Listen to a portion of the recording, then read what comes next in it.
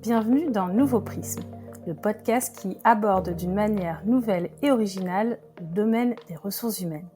Je suis Alexandra Hamda, DRH, à la fois curieuse et engagée, animée par la volonté de repenser et d'approfondir notre compréhension du monde DRH.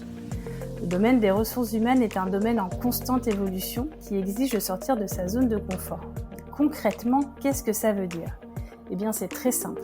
Il s'agit d'explorer de nouvelles voies, de changer de perspective ou encore d'élargir notre vision. C'est une tâche complexe mais indispensable car le rôle des RH est essentiel pour accompagner les entreprises dans leur évolution constante. C'est dans ce contexte que j'ai voulu explorer le monde des ressources humaines, des compétences relationnelles, du management et de la communication à travers le prisme d'autres métiers que celui de DRH. Vous verrez, au fil des épisodes, je vais recevoir des invités inspirants, des personnalités passionnées, des experts reconnus et des professionnels engagés. Ensemble, nous allons explorer des sujets et des thématiques qui sont au cœur de notre quotidien professionnel. Mais nous le ferons sous un nouvel angle, celui de leur propre métier. Bonne écoute! Bonjour à tous et bienvenue dans cet nouvel épisode. Alors aujourd'hui, je suis ravie de recevoir Amélie Favre-Guittet. Ce nom vous dit très certainement quelque chose. Elle accompagne depuis des années les entreprises sur les sujets de qualité de vie et de conditions de travail avec une conviction forte. On ne peut plus opposer bien-être et performance. Elle vient de sortir un livre très concret, 50 actions de QVCT pour réconcilier le bien-être et la performance au travail. Donc justement, dans cet épisode, on va éviter les grands discours pour parler d'actions activables tout de suite. On va parler notamment de management, de charge mentale, de reconnaissance, organisation du travail, réunion, droit à la déconnexion. L'idée, c'est vraiment de repartir avec une vraie boîte à outils qui soit utile autant pour les profils RH que pour les managers. Donc Amélie, sur ce vaste programme, je suis ravie de t'accueillir aujourd'hui. Bonjour Alexandra, ravie d'être là également et de pouvoir être encore plus bavarde que ne peut l'être mon livre, parce qu'il fait quand même plus de 500 pages. Voilà, on va faire un petit condensé, un petit résumé, on va essayer Oui. en 30-40 minutes. Avant qu'on parle d'action, de mise en pratique, je voulais déjà qu'on vienne un petit peu sur le sujet de la qualité de vie et des conditions de travail, donc QVCT. Et souvent, ce mot, il est un peu galvaudé et ça provoque en tout cas du scepticisme avec pas mal d'idées reçues et de préjugés. Pourquoi ce mot est-il aussi malmené aujourd'hui ? C'est très simple en fait. On a beaucoup trop longtemps et bien trop souvent abordé et mis ensemble QVCT et baby-foot. Je prends l'exemple du baby-foot, mais je pourrais sortir la corbeille de fruits ou le cours de yoga à midi. Et comme je disais dans le livre, je n'ai rien contre les cours de yoga et la corbeille de fruits, c'est très bien. Mais effectivement, quand on les met ensemble, si on résume uniquement la QVCT à la corbeille de fruits, au baby-foot ou au cours de yoga, c'est clairement pas suffisant. Et en fait, et les collaborateurs l'ont vu en entreprise, ils ont eu pendant leur semaine bien-être, les fameux smoothies, le massage peut-être de 10 minutes qui était offert par l'entreprise. Sauf que, ok, on met des choses en place dans l'entreprise, sauf que au quotidien, leur charge de travail, elle est toujours la même et il n'y a rien qui bouge. Donc, ils se disent, ok, on est choyé de temps en temps, on a des petits avantages, entre guillemets, mais c'est juste, en fait, pour nous passer un peu de baume et pour qu'on oublie tout le reste que l'on a au quotidien.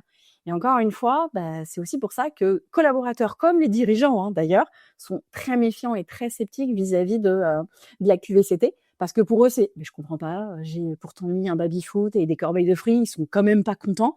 Ça, c'est la vision souvent du dirigeant ou de la dirigeante. Et du collaborateur, c'est « ouais, mais ça suffit pas en fait, ils nous prennent vraiment pour du jambon, pour rester poli ». Donc encore une fois, quand on a ça, on peut aller que droit dans le mur. Et là, qu'est-ce qui est une chance, c'est qu'on a quand même l'ANACT qui a donné plein de pistes de réflexion. À chaque fois, j'invite les entreprises à aller creuser un petit peu plus de ce côté-là. Tu parlais justement de la façon d'aborder le sujet aujourd'hui, qui était pas le bon angle en tout cas. Justement, à quel moment les entreprises, elles se trompent complètement d'axe de réflexion quand on aborde le sujet? Est-ce que c'est en amont? Est-ce que c'est parce qu'on prend pas assez de temps pour y penser? Est-ce que c'est parce qu'il y a pas les bonnes personnes et le bon collectif pour avoir une réflexion globale dessus?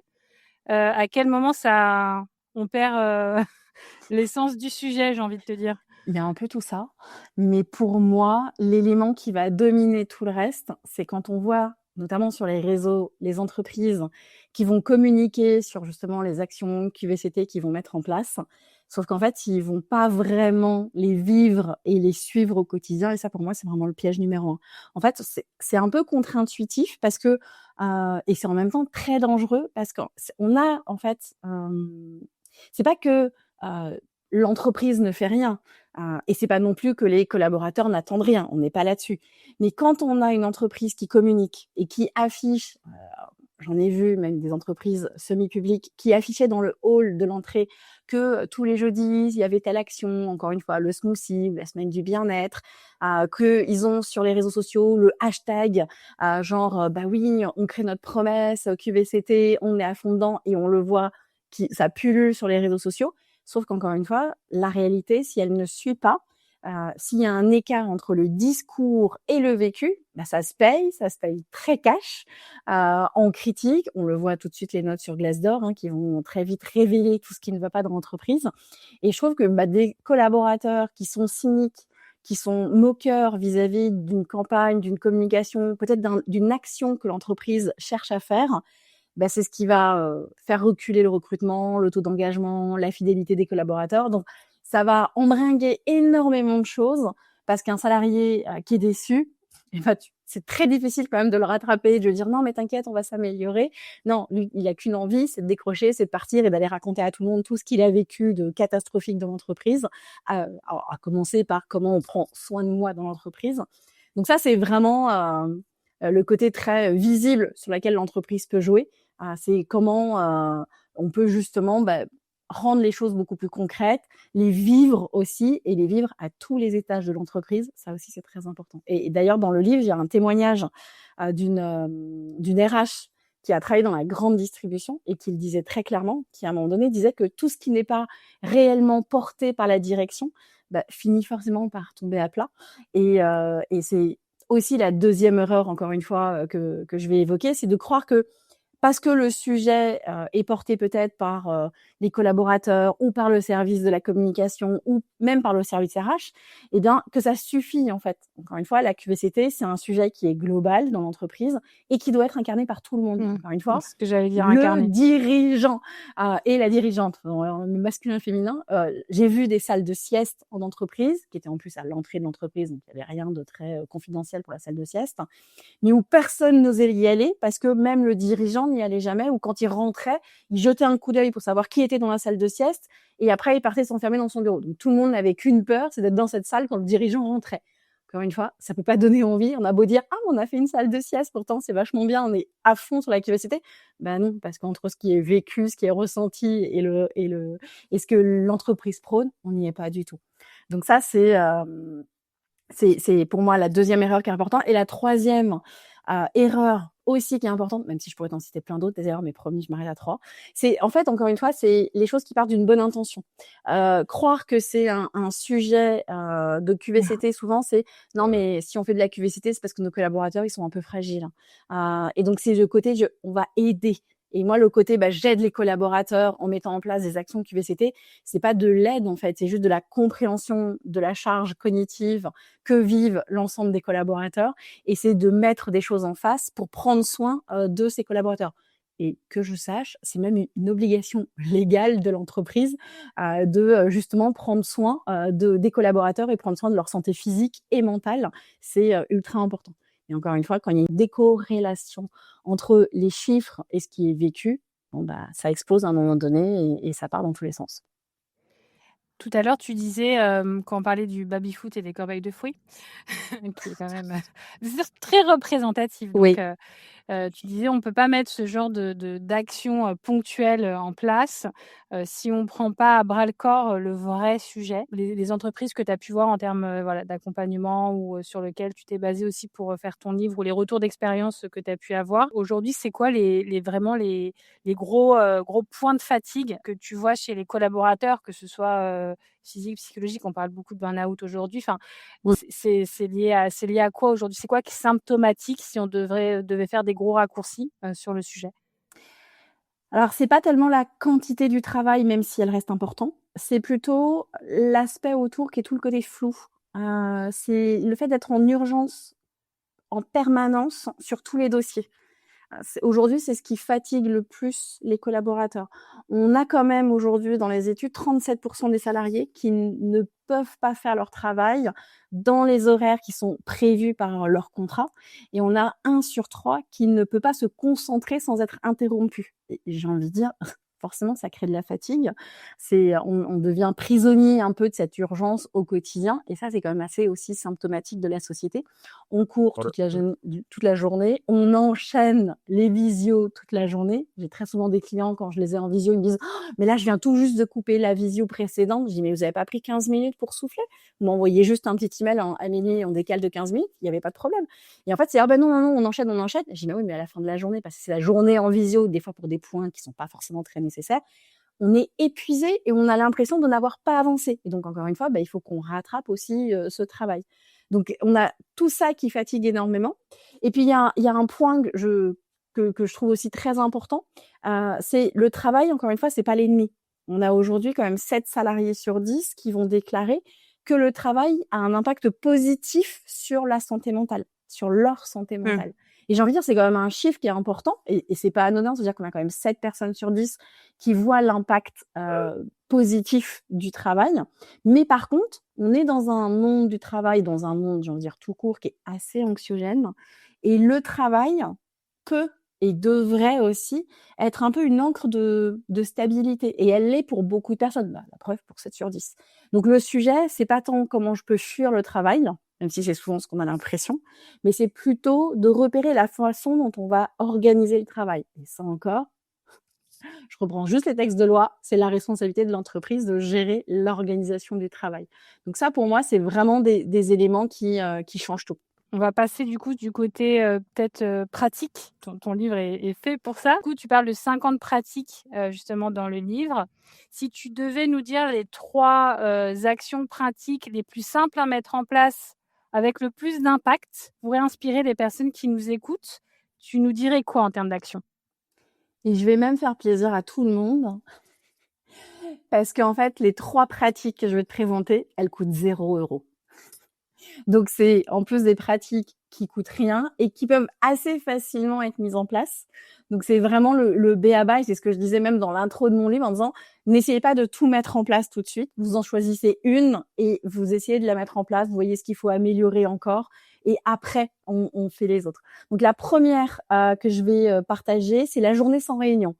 Pour moi, elle est ultra importante.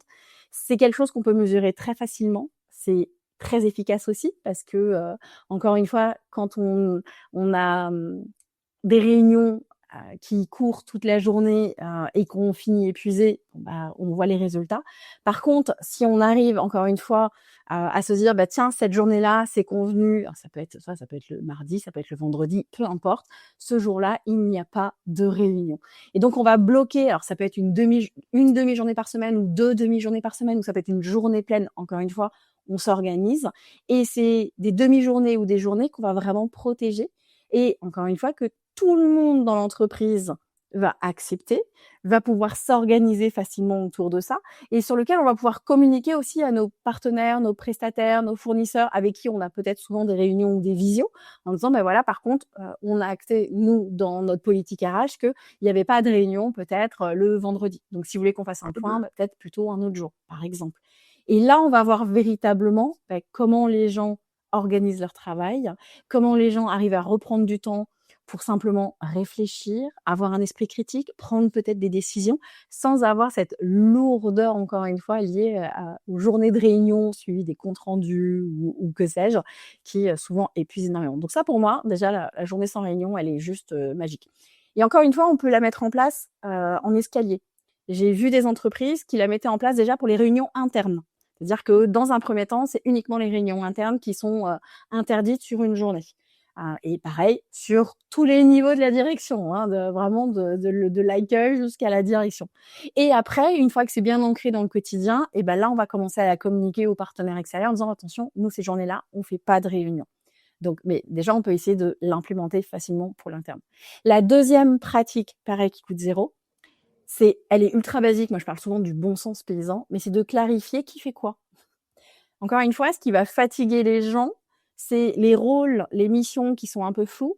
parfois même les missions qui sont en doublon dans plusieurs services.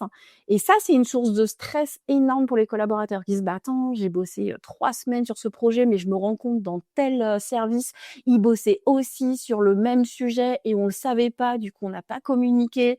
J'en ai ras-le-bol. Et là, on voit effectivement le côté surmenage qu'il peut y avoir. Et encore une fois, ça demande aucun budget. Il y a juste de l'honnêteté, de la transparence, de la communication, la base en entreprise. Et on va se partager les missions, les rôles, voire les outils. Aujourd'hui, on parle beaucoup d'IA, donc comment on peut aussi travailler en mode workflow et réunir toutes les données pour que tout le monde ensemble travaille sur un sujet et permettre de faire grandir le projet de manière globale, encore une fois, même si on est plusieurs services à bosser dessus. Donc ça, pour moi, c'est le deuxième sujet qui doit être très important et que chaque service peut faire, chaque manager peut prendre ses équipes et redire, OK, on va refaire un point sur les missions de chacun, peut-être même ses compétences, on peut même aller jusque-là, pour dire, OK, est-ce que c'est bon? Est-ce que tout le monde a compris? Est-ce qu'on a des questions sur quoi il faut avancer, les étapes? Et déjà, je sais qui fait quoi et je sais vers qui aller si demain j'ai une difficulté. Donc ça, pour moi, c'est essentiel. Ouais, et utiliser aussi je sais pas si on appelle matrice ou démarche RACI, RACI, Ouais. pour savoir qui est responsable, qui on consulte, qui on informe, qui est contributeur, et savoir effectivement qui fait quoi pour clarifier les choses et éviter que ça s'embrouille et que ça fasse de la charge mentale inutile. On a d'ailleurs la petite fiche technique dans le bouquin de la méthode RACI. Je l'ai mis dedans au cas où les gens justement se disent bah tiens comment je fais, hop, il y a la fiche qui est expliquée dedans. Et la troisième pratique, c'est aussi la reconnaissance. Ça peut paraître simple, ça peut paraître évident, mais elle est tellement elle a tellement de bienfaits sur les collaborateurs ça devrait être une évidence, c'est quelque chose qui devrait être un automatisme. Alors c'est pas juste oh bien joué Marco, non ça suffit pas, ça va partir très vite. En 2 minutes on a oublié le bien joué Marco. Par contre la vraie reconnaissance c'est bah tiens je t'ai observé en train de travailler, j'ai compris ce que tu as fait et j'estime que c'est important, il faudrait qu'on en parle, il faudrait qu'on le partage. Encore une fois c'est une vraie reconnaissance. Et pour ça il faut aussi connaître ses équipes. C'est-à-dire qu'on a des personnes qui vont vouloir une reconnaissance individuelle juste en face à face. C'est-à-dire qu'ils veulent pas que ce soit dit devant tout le monde. Donc, ils préfèrent que on soit en réunion, on fasse un petit point et que là, effectivement, il y ait une valorisation. Et puis, il y en a d'autres qui adorent la glorification qui va être faite en public, en réunion. Et donc, là, on va pouvoir valoriser le travail de la personne devant beaucoup plus de monde parce qu'on sait que c'est ce que la personne apprécie et recherche. Alors, si on a une personne qui est plutôt timide, réservée et qui n'aime pas ça, on va pas forcer la reconnaissance en public. On peut dire juste un petit mot, mais en disant que voilà, avec la personne, on a discuté en privé, voilà, ça suffit largement. Donc ça, c'est pour moi des éléments qui sont vraiment essentiels, qui va rendre les gens beaucoup plus heureux, beaucoup plus épanouis, beaucoup plus engagés et qui vont se sentir beaucoup plus libres, encore une fois, par rapport à cette charge cognitive qu'ils peuvent avoir. Et ils vont savoir exactement où elle est et comment elle est. Et en plus, si on leur met les bons outils entre les mains, on a une entreprise performante. Et si tu as vu une pratique qui est un peu sous-estimée, pour le coup, et qui améliore le climat social? Le merci, moi je reviens vraiment là-dessus. Le bonjour et le merci, c'est la base, c'est juste la base pour moi de la meilleure pratique. Et on le voit dans plein d'études, le nombre de collaborateurs qui disent je ne serais pas partie si mon manager me disait plus souvent bonjour et merci. Donc j'ai juste envie de dire les gars, remettez-vous juste à dire bonjour et merci à vos équipes. C'est pour moi juste la première évidence à avoir. On peut pas parler de QVCT si on n'est pas juste poli avec les gens. Je rebondis justement sur les managers, dans du pratico-pratique, je t'avais dit, mais les mauvaises habitudes managériales qui, on va dire, détruisent un petit peu, toutes les, actions qui sont mises en place sans qu'on s'en rende forcément compte et qui ont un effet hyper néfaste sur les équipes. Pour moi, ça va être notamment l'entretien annuel qui est souvent utilisé en mode tribunal, alors que c'est pas censé être à ce moment-là. C'est-à-dire que le manager va, s'il a à minima travaillé son entretien annuel, il va lister souvent les points négatifs avant de lister les points positifs, en croyant justement qu'il est ultra honnête et donc il faut dire absolument les choses. Et donc, encore une fois, l'honnêteté sans la bienveillance, mais pour le coup, la vraie bienveillance, c'est pas forcément du management. C'est juste de la brutalité que la personne va se prendre en pleine face et en fait, c'est plus de la franchise. Enfin, c'est même pas de la franchise. C'est vraiment de la brutalité. Et donc, pour moi, ce qui va vraiment être important, c'est oui, le feedback correctif, il est essentiel parce que, encore une fois, on travaille pas sur la relation de confiance, on travaille avec des faits, on travaille, avec des choses qu'on va pouvoir exprimer, qui vont pouvoir être reconnues sur ce qui a fonctionné et encore une fois, si la personne qu'on a en face de nous, elle entend, plus un verdict, qu'autre chose, c'est qu'on a loupé quelque chose. Donc le meilleur entretien, c'est quand même celui qui va étonner personne, parce que la conversation, justement, elle existait déjà depuis plusieurs mois. Et c'est ça aussi qui va être important, c'est d'avoir des managers qui sont capables de faire des feedbacks réguliers, d'expliquer ce qui fonctionne, ce qui va, ce que la personne peut continuer à faire, d'expliquer les choses que la personne doit ajuster, peut-être améliorer, partir en formation. Il peut y avoir 10 milliards de choses. Et comme ça, quand on fait l'entretien annuel, on peut reprendre la globalité de l'année, mais on va recommencer effectivement sur, voilà, tout ce que j'ai apprécié dans ton travail, de ce que tu as pu faire. Voilà les axes d'amélioration que j'ai évoqués pendant l'année et voilà comment je t'ai vu évoluer aussi. Et voilà peut-être les éléments sur lesquels je trouve que tu es encore un peu léger. Donc, si tu es d'accord, on va réfléchir à du mentorat, à de la formation, à un accompagnement, peut-être à revoir certains process. Pour moi, l'entretien annuel, il sert vraiment à ça. À se dire comment on peut démarrer l'année suivante pour que tu sois encore plus sûr de toi, plus en confiance et plus armé pour réussir justement correctement dans le quotidien. Et pas juste dire là Thierry, c'était catastrophique, ça va pas, du coup je peux pas t'augmenter, t'as pas fait tes chiffres. C'est pas un entretien annuel. C'est tout sauf un entretien annuel. Et avec le recul sur toutes les pratiques que tu as pu recenser, est-ce que tu as des pratiques qui pour toi, peut-être pour des raisons budgétaires ou autres, fonctionnent dans des grands groupes et vont pas fonctionner dans des entreprises, à taille plus humaine, type, PME et inversement? Ou est-ce que toutes les actions pratiques que tu as pu recenser, s'appliquent, ou s'adaptent aussi bien, peu importe, je te parle de taille d'entreprise, mais ça peut être Ouais. aussi secteur d'activité et cetera, ou est-ce que c'est du bon sens, comme tu dis, un Ouais. peu? C'est clairement du bon sens paysan. On peut les adapter à toutes les tailles d'entreprise. Encore une fois, de la TPE jusqu'au grand groupe. C'est vrai qu'elle marche très bien, toutes celles que j'ai citées dans les PME, parce qu'on a des circuits de décision qui sont relativement courts. Quand on a des circuits de décision qui sont beaucoup plus longs, comme dans les grands groupes, c'est parfois plus compliqué. Mais encore une fois, j'ai eu des cas d'entreprise où ils étaient, c'est des tailles de PME, où ils étaient 120 personnes et qui ont réussi à construire des stratégies QVCT en 6 semaines. Donc, c'est tout à fait possible. Après, encore une fois, on peut faire des paliers. On n'est pas obligé d'avoir quelque chose qui va s'étaler sur toute la direction, en tout cas le même schéma qui va jusqu'à la direction. On peut avoir des paliers de décision, on peut avoir des paliers d'action en disant ça c'est une action qu'on veut faire juste au niveau du COMEX, ça c'est une action qu'on veut faire au niveau du terrain. Encore une fois, on peut scinder pour que ça rayonne davantage dans l'entreprise. Parce qu'à un moment donné, si tout le monde s'y met à tous les niveaux, ça va fonctionner. Et encore une fois, la pratique hebdomadaire entre le manager et le collaborateur, le fameux feedback quotidien, on peut le faire partout. Il n'y a pas besoin de formulaire, il n'y a pas besoin de notes, qu'on soit dans une TPE, une PME ou un grand groupe, tout le monde peut aller discuter avec son manager ou avec une personne intermédiaire. Je l'ai vu dans des grands groupes où ils disent oui, mais moi j'ai 120 personnes que je manage, je peux pas faire des points individuels avec tout le monde. Non, mais dans ces cas-là, il y a peut-être, je dis pas un manager qui est un peu terrain, qui peut accompagner et sur lequel vous pouvez reporter des éléments qui va vous dire justement ok, j'ai fait un point avec un tel et un tel. Donc encore une fois, on peut mettre des paliers.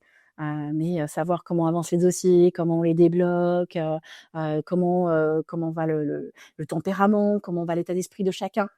On peut mettre des choses en place, encore une fois. Même Adobe a fait ça à grande échelle et a réduit énormément son turnover je crois que c'était de près de 30%.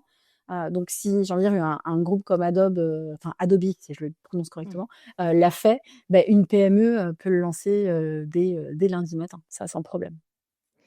Au tout début de l'épisode, tu disais: «Si c'est pas incarné par la direction, ça ne fonctionnera pas». On a aussi parlé des managers qui peuvent, autant être un bon relais comme, l'inverse, sur ce qu'on en tout cas, on essaye de mettre en place, côté, qualité de vie et conditions de travail. Quand je dis «on» essaye de mettre en place, c'est souvent les RH qui sont en charge de ça. Mmh. Ce qui est normal puisqu'on gère, on est en charge de, on va dire, de l'humain, des conditions de travail et cetera. Pour autant, j'aimerais bien qu'on revienne sur ce sujet qu'on a commencé en pointillé à aborder, mais c'est de se dire si c'est un sujet qui est uniquement traité côté RH, on va droit dans le mur. cas, c'est ma conviction, on a commencé à en parler. Est-ce que tu peux m'en dire un petit peu plus justement? C'est vrai que si on laisse le sujet juste entre les mains des RH, alors ce qui est très bien au départ pour initier les choses, mais il faut aussi reconnaître que les RH, ils ont pas forcément la main sur tous les leviers. Encore une fois, l'organisation du travail, elle est largement entre les mains du management. Donc ça aussi, c'est important. Et si la direction dont on évoquait tout à l'heure n'incarne pas non plus le sujet, ça va rester encore une fois de la communication interne. Et donc, on va retomber sur le cynisme dont on a évoqué. Donc, si on veut que tout le monde, encore une fois, comprenne les enjeux, il y a une décision managériale à mettre en avant. Et ça veut dire qu'il faut les embarquer, il faut les sensibiliser, il faut leur montrer même aussi les résultats que l'on peut avoir en ayant une QVCT qui est pas juste un baby-foot et une corbeille de fruits, mais qui est vraiment axée sur l'organisation du travail. Et donc, c'est aussi permettre aux managers de remettre en question leurs pratiques, de les accompagner eux aussi en formation et en accompagnement. On peut avoir des mentors, on peut avoir des coachs, on peut avoir plein de choses pour leur donner les moyens et les outils et le temps de le faire correctement. Donc, encore une fois, on a beaucoup de managers à qui on délègue énormément de choses, mais c'est pareil, leur charge de travail s'intensifie aussi. Et donc, c'est aussi comprendre ce que eux vivent et donc potentiellement la pression qu'ils font vivre à leur équipe. Et donc derrière, c'est comment on retravaille tout ça intelligemment si on veut vraiment travailler sur la qualité de vie et les conditions de travail. Donc, l'orga du travail, pour moi, c'est un sujet qui est transverse et que tout le monde doit prendre en considération. Je vais te parler Matrix, KPI, ROI. C'est des choses qui sont quand même assez importantes quand, justement, tu vas aller aussi pousser des actions. Donc, il y a des actions, comme tu me disais, qui sont plus organisationnelles, qui coûtent pas grand-chose à mettre en place. Il y en a d'autres qui nécessitent de revoir une organisation, ce qui est un petit peu plus complexe ou de débloquer des budgets qui sont importants. Comment on arrive à convaincre justement un codir qui est complètement sceptique, que ça passe uniquement par des KPI? C'est quoi les arguments qu'on peut justement avancer dans l'approche aussi business, héroïste, et c'est pas juste un baby-foot et des KPI et des corbeilles de fruits pour avoir une bonne note sur Glassdoor. Enfin, tu vois ce que je veux dire? Je caricature, mais c'est un peu ça quand même. Non, mais les corbeilles de fruits, elles ont toutes été vidées, donc c'est un bon KPI. Non, le codir, en fait, on va pas parler éthique avec le codir, on va parler argent. Et ça, c'est le tournant. Plus on va monter dans les strates, effectivement, plus il va falloir parler argent. On a un ROI médian sur des dispositifs de santé mentale, c'est 5 pour 1. C'est-à-dire 5 € d'économiser pour 1 € investi. Ça, c'est une étude de chez Deloitte qui l'avait expliqué. Donc, encore une fois, c'est aussi important de parler chiffres au codir qui aura l'oreille également du DAF. Hein, ça, c'est aussi important. Et pareil, un départ qui n'est pas souhaité, on sait que ça peut coûter entre 50 et 150% du salaire annuel.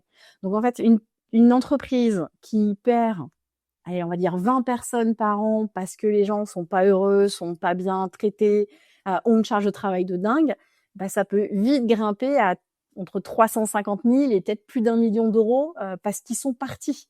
Donc, encore une fois, faut leur parler de l'argent. Genre, voilà le turnover que l'on a, voilà les raisons du turnover et voilà ce que ça coûte à l'entreprise. Ça, c'est important. Et notamment, dans le bouquin, j'avais un cas qui était très concret. On avait une DRH qui, justement, présentait son plan au codir et le DG l'a arrêté dès la 3e slide sur le coût de l'absentéisme en disant, on perd combien par an? Et elle a répondu très simplement, on perd entre 280 000 et 420 000 euros. Donc là, il y a eu un silence et il me dit « Et le budget du plan, c'est combien ?» Elle me dit « Moi, c'est 65 000 sur 18 mois. » Le truc a été validé en 5 minutes. Mais encore une fois, et ça, c'est aussi des fois le reproche que je peux faire à certains RH, c'est qu'ils n'arrivent pas à associer cette vision humaine à cette vision financière. En disant « oui, mais nous, on gère de l'humain, on va pas parler argent. » Oui, mais tu gères une ressource. Et dans une entreprise, tu as les ressources humaines et tu as les ressources financières. Mais les deux vont ensemble. Et donc, si à un moment donné, on veut avoir l'oreille attentive d'un codir, c'est-à-dire, les gars, voilà ce que ça coûte à l'entreprise aujourd'hui. L'absentéisme, on aurait pu faire aussi les départs, tout ce qu'on veut. Et c'est, moi, par contre, ce que je vous propose, c'est 65 000. Elle aurait même pu monter, je pense, à du 120, 150 par rapport à ce que l'entreprise perdait. Son plan était validé. Mais le ratio, je trouve, est juste incroyable. Et Et encore une fois, ce qui était intéressant, c'est que elle avait dit, j'avais tout présenté, la QVCT comme une priorité éthique, et elle me dit, à chaque fois, je me plantais. Et elle me dit, là, j'ai compris qu'il fallait que je présente des chiffres. Et ça, encore une fois, c'est ce qui fait clairement la différence. C'est de mettre en avant, c'est combien coûte l'inaction. Et c'est ce qui va faire économiser de l'entreprise, enfin, de l'argent aux entreprises. Et c'est ce qui va permettre de justement dire, OK, on a un budget maintenant sur 18 mois et on sait le retour sur investissement que l'on va avoir. Et là, il n'y a plus besoin de faire 40 slides et 10 milliards de benchmarks. Faut parler comme un DAF. Non, mais sur Ouais. tous les sujets RH, dans tous les cas, si on veut Mm. avoir de la crédibilité auprès d'un codir, il faut parler chiffres, enfin Faut parler business, chiffres. renta. Mm. Et c'est les premières choses qu'il faut mettre en avant. Du coup, écoute, je voulais te parler. Ah oui, j'avais une autre question à te poser avant d'être sur les questions rituelles de la fin. Donc, quelqu'un qui nous écoute aujourd'hui, RH manager, dirigeant, qui part de zéro. Au-delà du b.a.-ba de dire bonjour, merci, au revoir, s'il te plaît. Par quoi est-ce que cette personne, elle doit commencer avant d'initier des démarches ou de lancer des pratiques au niveau de son entreprise? Eh ben, elle va commencer par un diagnostic honnête. Alors, c'est pas le diagnostic, on fait appel à quelqu'un qui vient auditer, qui me coûte 15 000 €. Il n'y a pas besoin, encore une fois, parce que ça coûte 0. Elle peut simplement se poser la question, est-ce qu'elle a un DoERP qui est à jour? Est-ce qu'elle elle peut faire un petit baromètre flash de 5 questions avec 2-3 focus group peut-être au sein de l'entreprise. Sinon, dans le bouquin, il y a un petit diagnostic qu'elle peut se poser avec les questions qu'elle peut suivre tout simplement. Donc, ça lui coûtera beaucoup moins cher. Et encore une fois, l'idée, c'est on peut pas décider quoi faire et vers quoi aller tant qu'on ne sait pas exactement quelle est la situation de l'entreprise. Donc, c'est déjà juste se poser les bases, peut-être dans les retours des candidats, dans les retours des collaborateurs, et de se dire, tiens, si je décortique un petit peu, qu'est-ce qui remonte à la surface et que j'avais un peu planqué sous le tapis. Ça peut être intéressant. Alors, des fois, ça peut faire peur parce que j'ai des RH qui me disent, oh, mais Amélie, là, j'ai une liste de 15 actions qui vont pas du tout, par quoi je commence? Je dis, OK, on en prend 3 qui sont vraiment prioritaires. Quels sont les sujets qui reviennent le plus souvent, qui sont peut-être, entre guillemets, un peu bankable, où on sait que si on démarre là-dessus, les collaborateurs vont être super contents parce qu'on sait que ça va avoir une action immédiate. Donc, on n'en démarre pas 15, on n'en démarre pas 30, on en prend 3, grand max. Et après, encore une fois, c'est de se dire, on va pouvoir les déployer au fur et à mesure et on va communiquer au sein de l'entreprise pour dire, voilà, on cherche à améliorer telle action et telle action. On vous a écouté, on vous a entendu et on va mettre des choses en place et on a besoin de vous. Encore une fois, c'est aussi créer, comme je disais, des focus group, à permettre aux collaborateurs, aux managers, à la direction, tout le monde, encore une fois, de pouvoir se dire, tiens, ensemble, on va réfléchir sur un projet et on va définir un budget, on va définir peut-être des actions une à mener toutes les semaines, tous les mois, et on fera le bilan tous ensemble et on vous communiquera tout au fur et à mesure. Plus on va être stratégique, transparent là-dessus, et meilleur sera le résultat. Encore une fois, c'est on peut très bien avoir une direction, un membre du CODIR qui dit tiens, moi je veux sponsoriser telle action. C'est possible. Ça veut dire que cette personne promet d'être là dans les réunions, dans les échanges pour partager son avis. C'est pas juste non mais c'est bon, je vous fais un chèque, débrouillez-vous. Non, c'est une vraie implication et c'est là-dessus que les collaborateurs vont dire ok, on voit que les gens veulent, en tout cas la direction veut changer les choses et donc je vais leur donner une seconde chance. Et si on me fait vraiment un pas en avant et qu'à chaque fois, tous les mois peut-être, on a une nouvelle action qui sort, ça veut dire qu'au bout de 18 mois, potentiellement, on a réglé tous les problèmes. Pour un coût moindre, bien sûr. Si je résume, co-construction, transparence dans les démarches, suivi du coup sur ce qui a été mis en place et les effets, et les petits quick wins qui sont pas mal pour faire adhérer dès le départ et aller sur des sujets peut-être un peu plus longs et de fond dans un second temps. Il y a des entreprises qui font ça, notamment au moment de la semaine de la QVCT, et qui la direction dit OK, on vous donne un budget, alors ça peut être des fois 3 000, 5 000, 10 000 €, peu importe, et on vous demande de créer des groupes et vous allez derrière nous présenter chaque sujet devant un jury et l'équipe qui aura gagné bénéficie de ce budget pour développer le projet. Donc encore une fois, c'est comment on embarque les gens pour leur dire, les gars, on vous a écouté, on veut faire bouger les choses avec vous et on va y mettre les moyens et on va faire les choses sur du long terme. Encore une fois, c'est le respect et c'est ce que veulent les personnes en entreprise. Toute génération confondue, c'est simplement d'être écouté et respecté et valorisé. Il faut aussi rajouter le valoriser. Ça, c'est universel, tout le monde a besoin de ça. Et c'est malheureusement ce qui manque le plus. La dernière étape à faire, c'est d'acheter ton livre et de le lire, bien évidemment. Je vais te parler de ressources du coup, au-delà du livre qui vient de sortir. Est-ce que toi, tu as des ressources spécifiques à nous partager? Alors dans les ressources, c'est notamment les ressources que j'ai utilisées dans mon livre, c'est notamment les baromètres. Il y avait les baromètres Kelly Social. Il y avait aussi les travaux aussi que souvent ils ressortent sur Gallup. Donc ça, j'ai envie de dire, c'est des choses qu'on peut trouver facilement sur le net et qui peuvent inspirer ou donner des pistes de réflexion aussi au niveau du CODIR. Donc ça, c'est intéressant. Et j'ai envie de dire aussi l'ANACT, tout simplement, qui donne beaucoup de ressources qui peuvent être très intéressantes aussi à lire pour un peu s'imprégner, sensibiliser et tester des choses. Donc ça peut être intéressant. Merci beaucoup Amélie, en tout cas, pour ces partages de ressources. Merci aussi de toutes les actions pratiques que tu nous as partagées. Je pense que ça va inspirer pas mal de personnes. Ça a été un plaisir de te recevoir et puis je te dis à très bientôt. Merci, à très bientôt.